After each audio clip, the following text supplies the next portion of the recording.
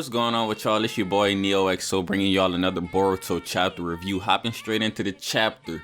Man, this was a pretty good chapter, not gonna lie.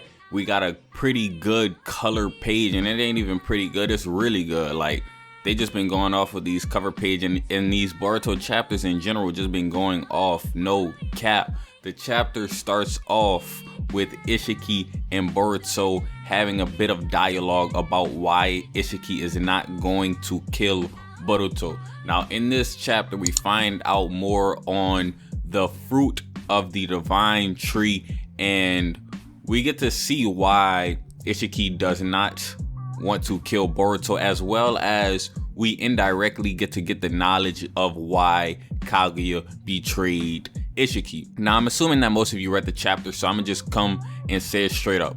Kaguya wanted to kill Isshiki because Kaguya was going to be sacrificed to the divine tree. In order for the divine tree to complete, it has to consume an Otsutsuki member. So that is why the Otsutsuki travel in pairs. Kaguya was going to be sacrificed, and Isshiki was going to watch over the divine tree. Now, Sasuke now has this information, as well as Shikamaru. So we now have this information. Not only Sasuke and Shikamaru, but a couple of people have this information now. So they're probably going to keep this information under wraps for the most part. I don't believe that they're gonna go.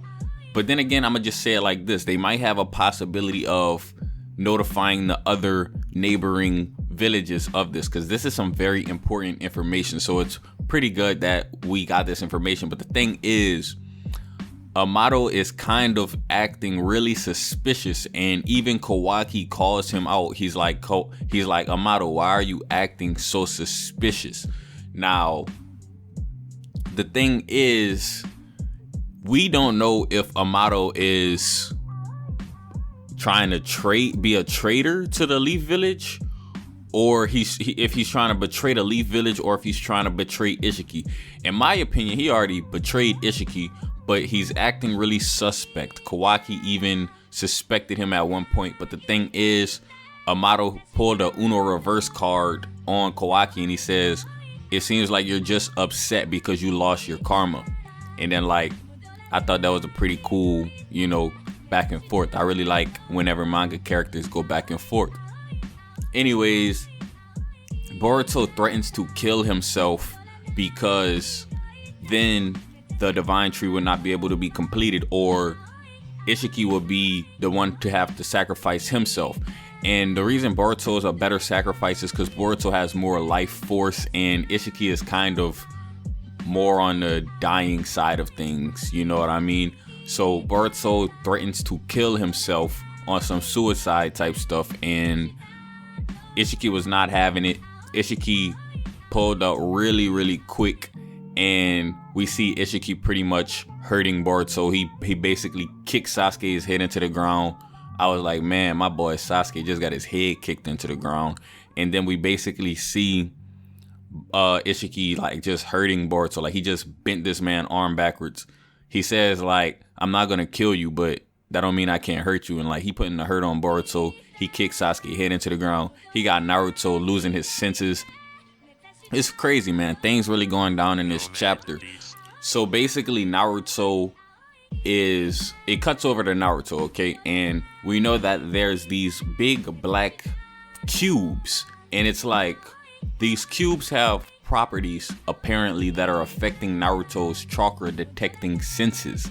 So Naruto cannot sense the location of Sasuke and Boruto, so it appears that Naruto has to find them by taking a little bit more time than if he would have been able to sense their locations using their chakra. So Naruto pulls up on the scene with Boruto, and he basically he put the hurting on Isshiki. I thought this was pretty cool. I was like, he basically hit Isshiki out of the way, and he was like, get off my son. He didn't directly say that, but you guys get the point that I'm trying to make. That's how I seen it in my head. I'm like, yeah, he just protected his son. But the thing is, Naruto will protect anybody of the Leaf Village, and he basically states that in this chapter. He states that he is the Hokage, and as we know, the Hokage is the head ninja of the Leaf Village. So Naruto in this chapter had a conversation with Kurama. It lasted, I don't know how long it lasted in universe, but it was a couple of pages, and basically Kurama says, there's this one way that I know that you can get more power. And then Naruto is asking him, which is what we're all wondering, why hasn't Kurama ever mentioned this? Because we know Naruto has like hundreds and hundreds of episodes and hundreds of chapters. So why has Kurama never mentioned this? And Kurama states he has never mentioned this due to the fact that this is going to quite possibly kill Naruto. Now, let's see what I think. Is Naruto gonna die? To be honest, I don't know. In the beginning of the Boruto manga, Kawaki stated, I will send you where I sent the 7 Hokage.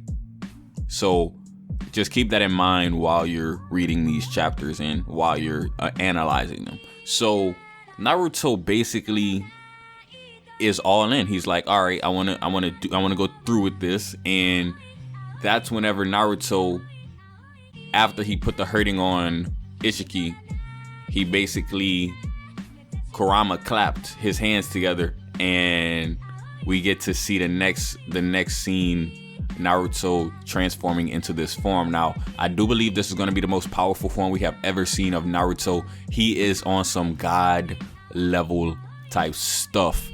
Because think about it, Isshiki is on some god level type stuff, and so Naruto has to be on some god level stuff to match.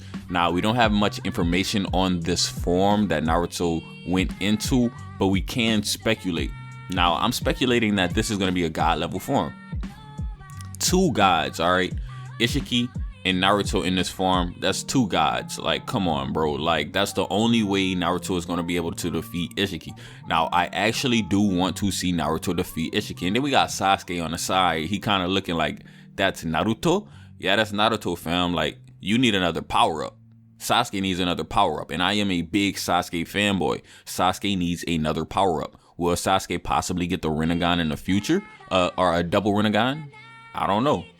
Sasuke needs some type of new power-up, because it kind of seems unfair for Naruto to have this extra power-up over Sasuke, because we already know Naruto and Sasuke were even before, but with this form, Naruto is on a completely new level. Naruto is on a completely new level. He looks a lot more like Kurama than he previously did in his other form. And by that I mean, basically, it seems like he has the eye markings of Kurama. And it seems like they might have blended together even more than usual. But with that being said, hopefully you guys enjoyed the video. If you did, please leave it a thumbs up, comment, and subscribe. As always, it's been your boy NeohXO, and I'm out.